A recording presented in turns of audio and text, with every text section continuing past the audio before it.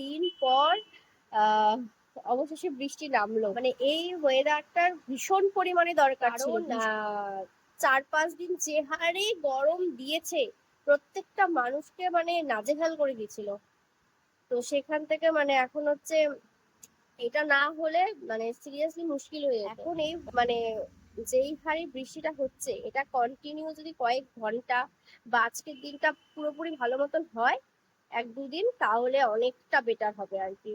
মানে যা মানে ভীষণ শান্তি পেলাম।